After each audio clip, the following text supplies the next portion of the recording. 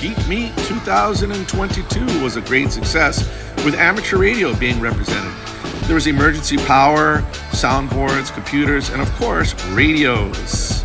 There was great activity showing off what ham radio is capable of in Hawaii. And Josh Green, the Lieutenant Governor, stopped by to say aloha to all the amateur radio operators. It was a great day. These poster boards showed off what WinLink is and the network that's been established by volunteers.